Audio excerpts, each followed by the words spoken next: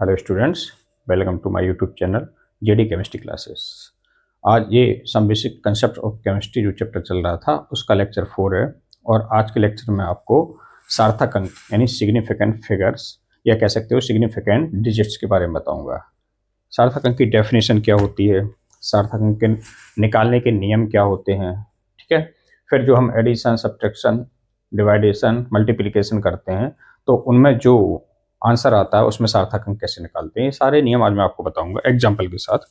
सबसे पहले सार्थक अंक की डेफिनेशन। सार्थक अंक, सार्थक अंक यानी सिग्निफिकेंट फिगर्स।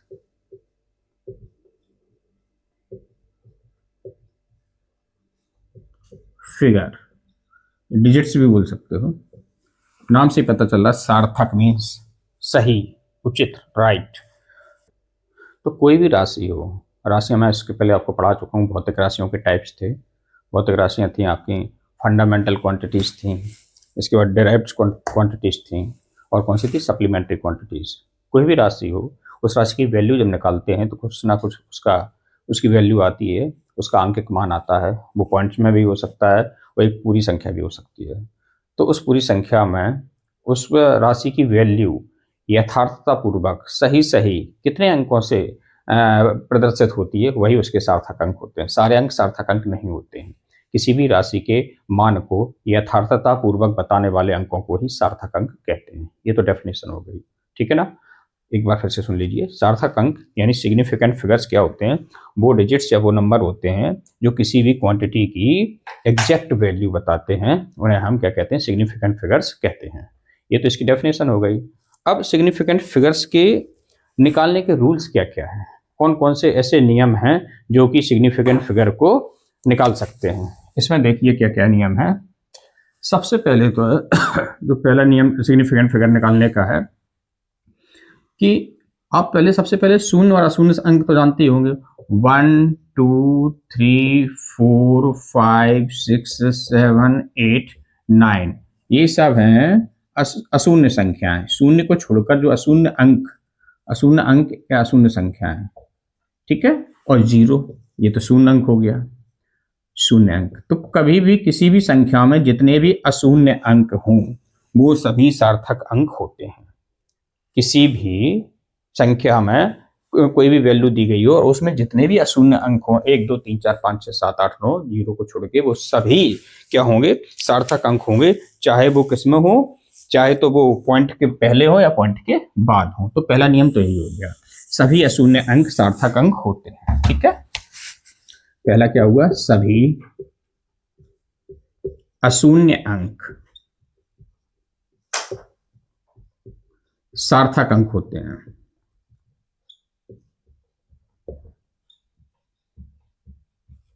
ये नंबर 1 हो गया। एग्जाम्पल भी बता देता हूं मैं। 6 3 2 5 बराबर 1 2 3 4 4 सार्थक अंक। इसमें कितने सार्थक अंक है, 4 हैं। इसके बाद एक एग्जाम्पल 6.329 इक्वल टू 1 2 3 4, इसमें भी 4 सार्थक अंक है। क्यों, क्योंकि सभी क्या है, अशून्य संख्याएं। एक एग्जाम्पल और देख लीजिए 35.632 कितने सार्थक अंक, 1 2 3 4 5 सार्थक, 5 सिग्निफिकेंट डिजिट्स, ठीक है ना। तो अशून्य संख्या सभी सार्थक अंक होती है। किसी भी संख्या में किसी भी वैल्यू में अशून्य अंक दिए हों तो वो सब सार्थक अंक होगा। नंबर 1 नियम हो गया।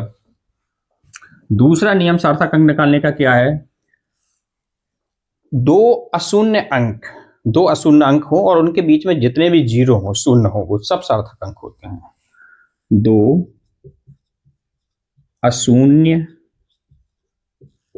अंकों के बीच के सभी शून्य सार्थक अंक होते हैं, सार्थक अंक होते हैं, ठीक है ना। एग्जाम्पल समझिए, एग्जाम्पल समझ में आ जाएगा।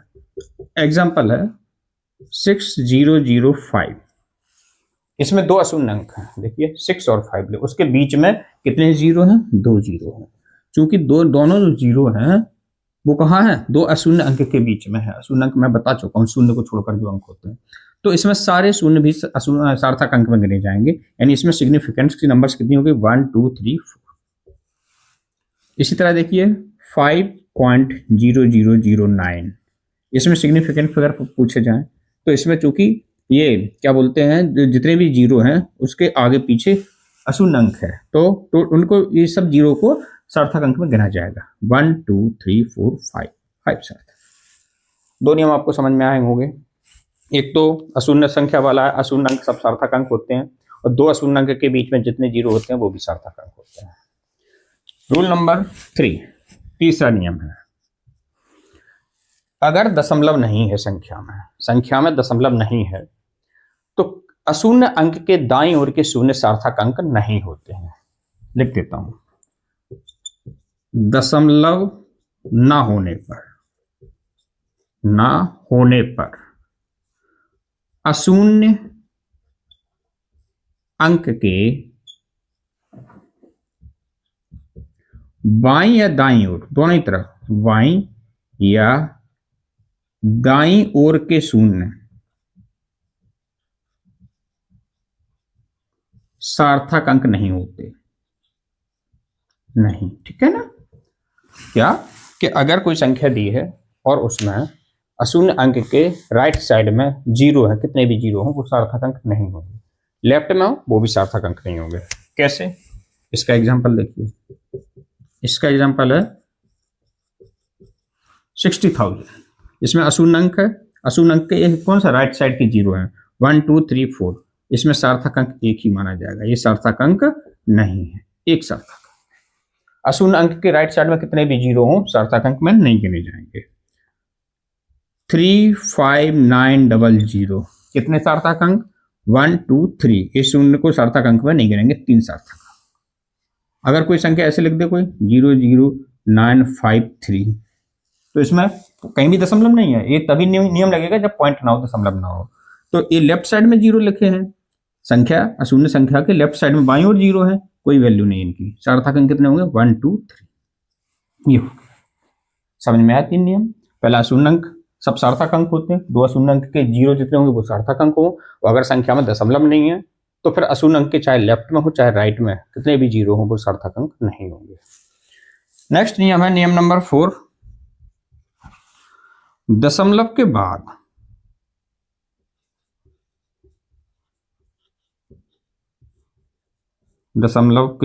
बाद अशून्य अंक के बाद के शून्य सार्थक होंगे। शॉर्ट में लिख रहा हूं, समझ लेना, एग्जाम्पल समझिए।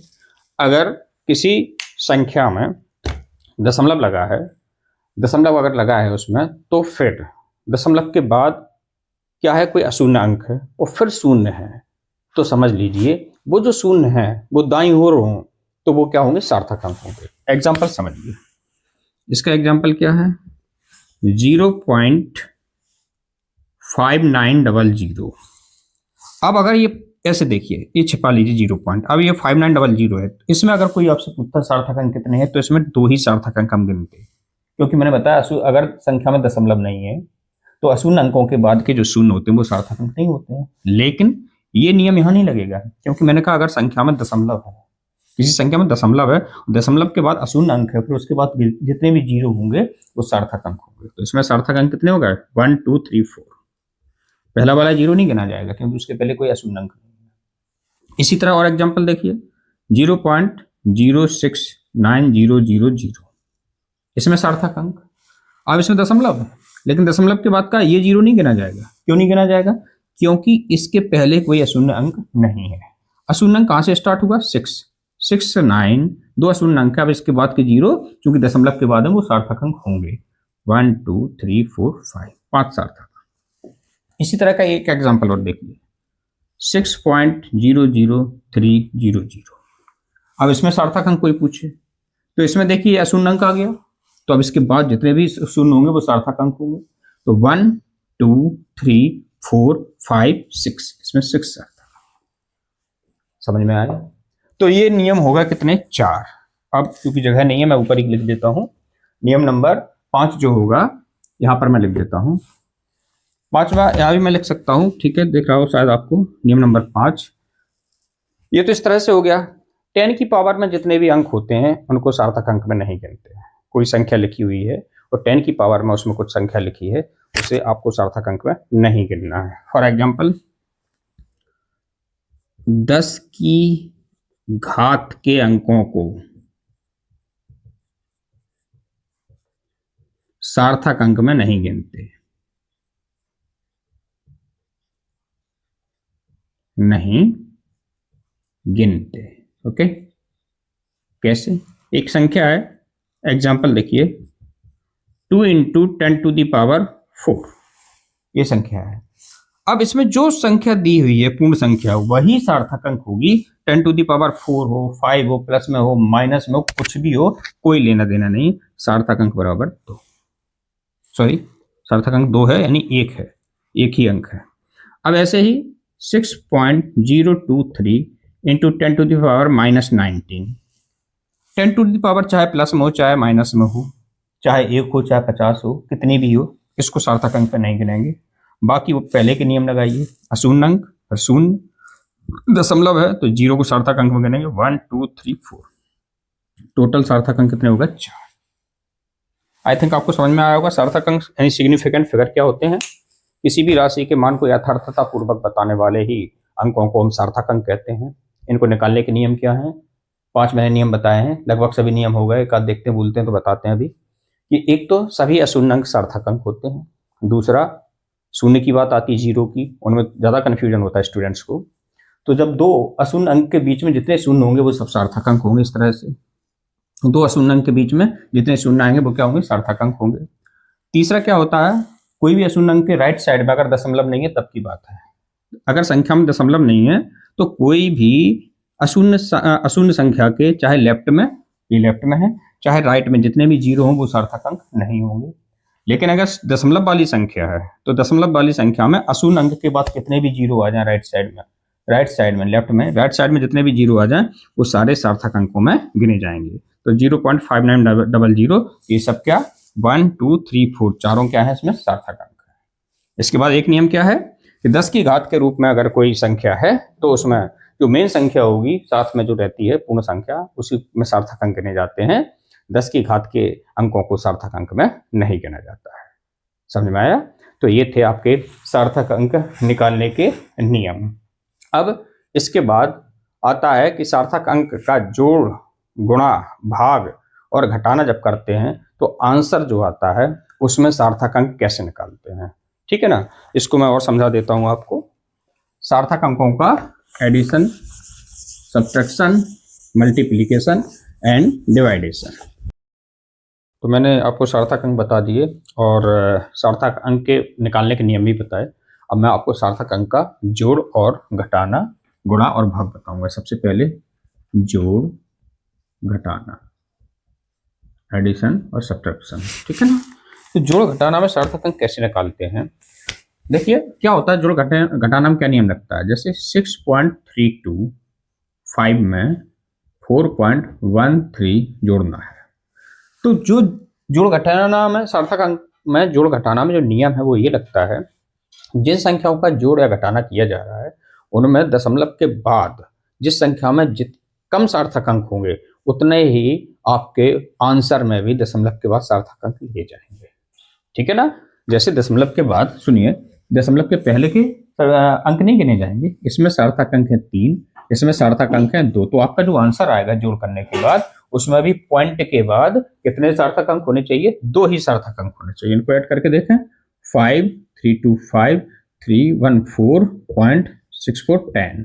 तो ये 10 से कोई लेना देना नहीं है, तो आपका आंसर चूंकि 2 ही सार्थक अंक में आना है तो आपका आंसर जो होगा वो होगा 10.45। अब छोड़ने वाली संख्या, इस 5 को छोड़ दीजिए, छोड़ने वाली संख्या क्या है? 5 है। लेकिन अगर छोड़ने वाली संख्या 5 है या 5 से ज्यादा है और पहले वाली संख्या विषम है तो उसमें एक ऐड हो जाता है, यानी 46 हो जाएगा। 46 ये आंसर आ गया आपका। क्यों? क्योंकि इसमें दशमलव के बाद कितने सार्थक अंक हैं? 2। इसी तरह घटाना का देख लीजिए, एक सब्ट्रैक्शन का देखेंगे। 8.9321 से 1.3 मुझे घटाना है, तो इसको माइनस करना है। ये प्लस था 1 2 3, 9 से 3 गया 6.7, ये आंसर आया। लेकिन जोड़ घटाना का, सार्थक अंक में जोड़ घटाना का नियम क्या है कि आपका आंसर, पहले ये देखो जो संख्याएं दी गई हैं उनमें कितने कितने सार्थक अंक हैं। इसमें दशमलव के बाद, इसमें 1 2 3 4 4 सार्थक अंक दिए हैं, और इसमें दशमलव के बाद एक ही सार्थक अंक, यानी आपके आंसर में भी दशमलव के बाद एक ही सार्थक अंक आना चाहिए। यानी 7 तो ऐसे ही लिखेंगे 0.6, ये आंसर हो गया। क्यों हो गया? क्योंकि 6 के बाद हमें दशमलव के बाद एक ही आंसर लेना है, एक ही पॉइंट लेना है, दशमलव के बाद सॉरी एक ही अंक लेना है, तो 6 आ गया। छोड़ने वाली संख्या 5 से कम है तो कुछ नहीं करेंगे, अगर 5 से ज्यादा होती तो एक ऐड कर देते हैं, ये आंसर। तो ये तो था जोड़ और घटाना, शॉर्ट में मैंने बताया है। बाकी आप फिजिक्स का एक टॉपिक है ये सब, उसमें आप देखेंगे। इसके बाद फिर है गुणाभाग, सार्थक अंक का गुणाभाग। इसमें क्या करते हैं,